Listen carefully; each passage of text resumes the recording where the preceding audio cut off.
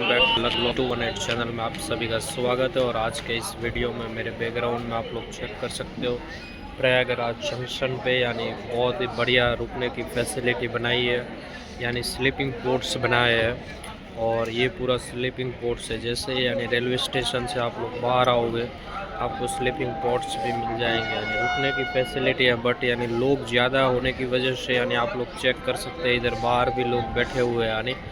और इधर सामने यानी बनाया पूरा खाने का पूरा अरेंजमेंट है यानी। और ये पूरा हो गया हमारा स्लीपिंग पोर्ट्स और रुकने की भी फैसिलिटी एज वेल एज यानी प्राइसिंग की भी डिटेल्स रखी है। आवरली बेसिस पे मिलता है, फ्री वाईफाई मिल जाएगा, लॉकर की फैसिलिटी अवेलेबल है।